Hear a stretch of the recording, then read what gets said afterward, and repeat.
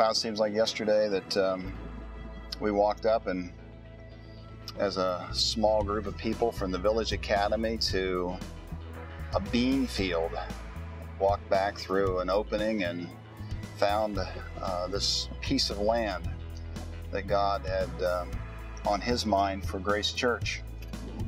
The road's been expanded, and just a couple miles south, the community has gone in around us, and it's like a trip, a nostalgia trip down memory lane. It's amazing as I walk along these streets in Powell how there are certain landmarks that are the same. They look very similar to what just a few years ago, but when I look beyond it, the whole village has changed. In fact, the village has become a city, and it's been filled with families for years, but they keep coming. And the privilege and opportunity that we have to reach at Grace Church those who are in need of the gospel, those who have never heard about Jesus, those who drive these roads every day and walk these streets every day that don't know about Him.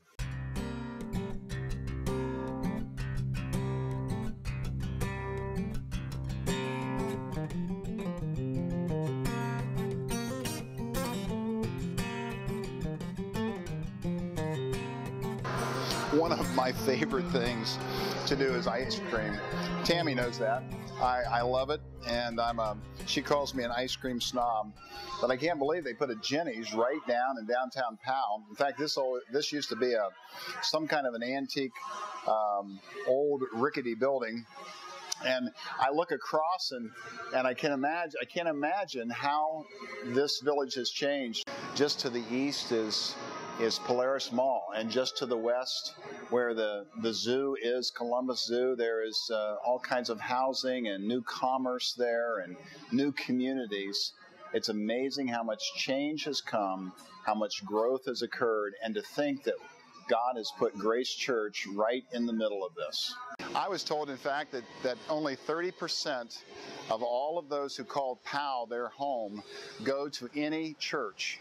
That amazed me, because you just assume that everyone has a church home because of what we experience at Grace Church.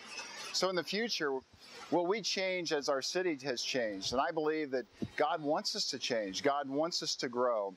He wants us to reach in a way that we have never dreamed before. From the Y to the fire station, again, over and over again, God put us right in the middle of this tremendous growth and change that's taking place right here in southern Delaware County in Powell, Ohio.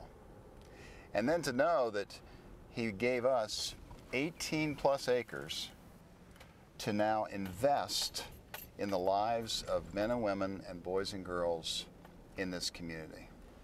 It's amazing how reaching and growing is sort of a subtitle, and it really is what the church is all about. It's what Jesus committed us to and called us to Himself to do, to reach and to grow people. I've been waiting for a day like this to just be able to communicate to you what I feel when I walk out on this property and what I think about.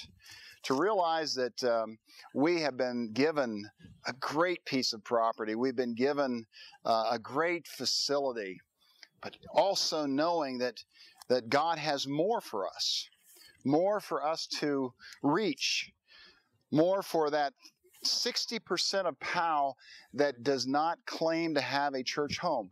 That's unbelievable to me.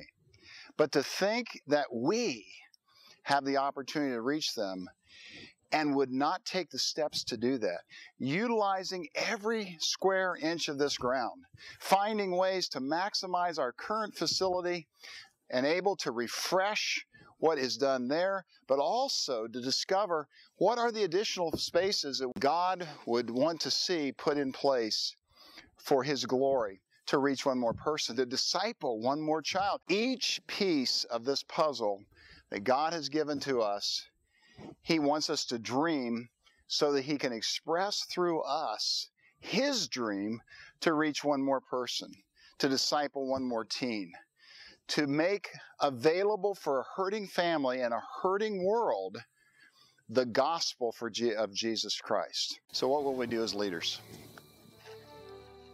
It really comes back to leadership.